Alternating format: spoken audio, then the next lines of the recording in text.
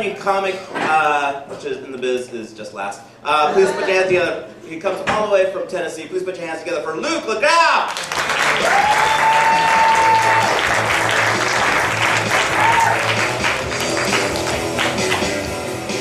Hey guys, it's great to be here. I feel really lucky, actually, being here tonight. I've lived a life of crime. Been arrested 5 times. I'm a hardened criminal, everybody. You give yourself that title when you get caught trying to steal bowling shoes. Yeah. I mean, they were so nice. My friend was just like, just put them under your arms, put your jacket on over that, and then walk right out. So I thought, yeah, man, you know, that's a really good idea. I'm gonna do that. So I just did it, you know, walked out, opened the door, and there's a cop right there. Why is there a cop right there? So I walked by him. Hey, officer, great night. 118, pretty good. See you later. But then he stopped and looked at me and said, "You got beers under there, don't you, boy?"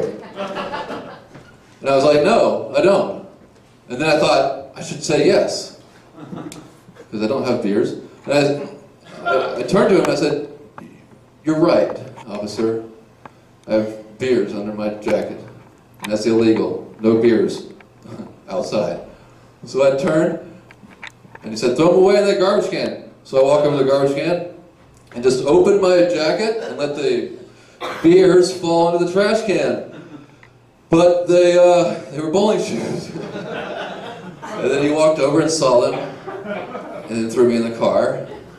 And then I saw my friends at the paying, and then they were like, later I found out they were like worried that the cops were out there. What are the cops doing?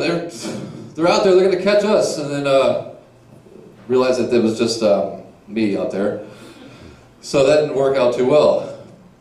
But you can understand why I have like a bad rationalization, thinking it'd be a good idea to like steal bowling shoes when you take into context my dad, who thought that if he had gone to Vietnam, we would have won.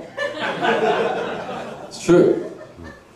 Yeah, but he overwore his contact lenses and had to have a corneal transplant, and was honorably discharged. Luckily, because if he had gone, I wouldn't be here right now. That's for certain. I mean, with his kind of logic, since I went to college, I should have graduated, right? No, I got a 0.0 and tried 4 new drugs.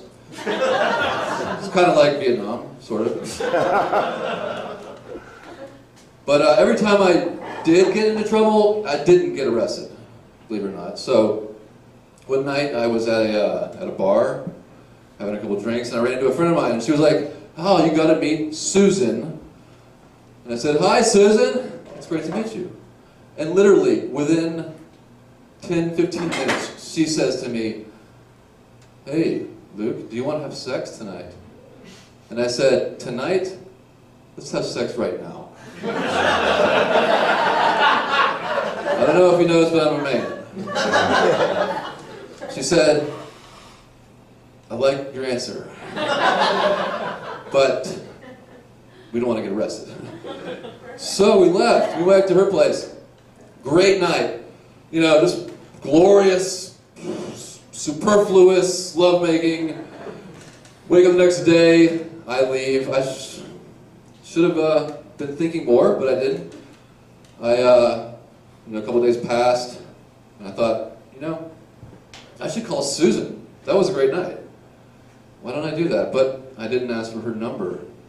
So I go down to the bar and look for her.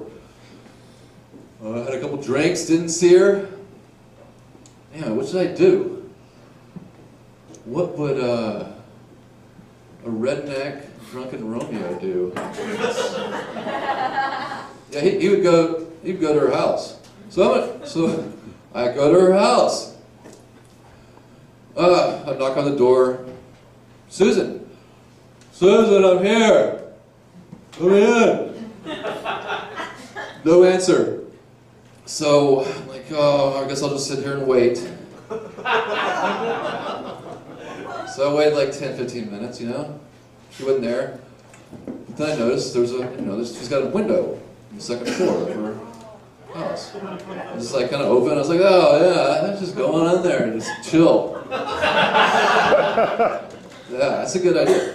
But there's a gutter right there, and I couldn't get up there. So luckily, there's a car parked right below the gutter. And I was like, oh yeah, that's it. Okay, if I get on the car, get rid of it. But no, couldn't quite do it. So what I had to do was get down, roam around the house to the neighbors, and find the little white plastic furniture set, and drag the table back with the chair, put the table on top of the roof of the car, put the chair on top of the table, and then I get up there, and I'm like, yeah, I made it! And then some headlights. There she is. Oh wow, I can get down.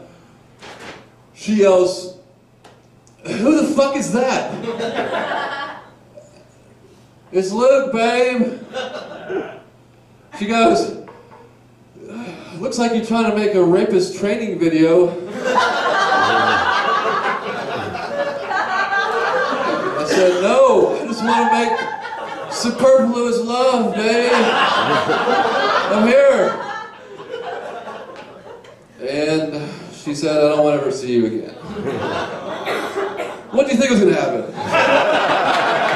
Thanks, guys.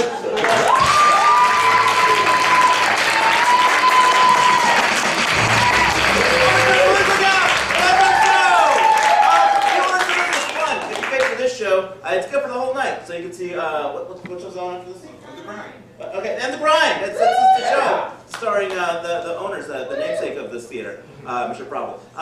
Also, if you saw the show and you're like, I could do that, you totally can. If you go to westsidecomedy.com, you can find out information about classes in stand-up and improv and other electives.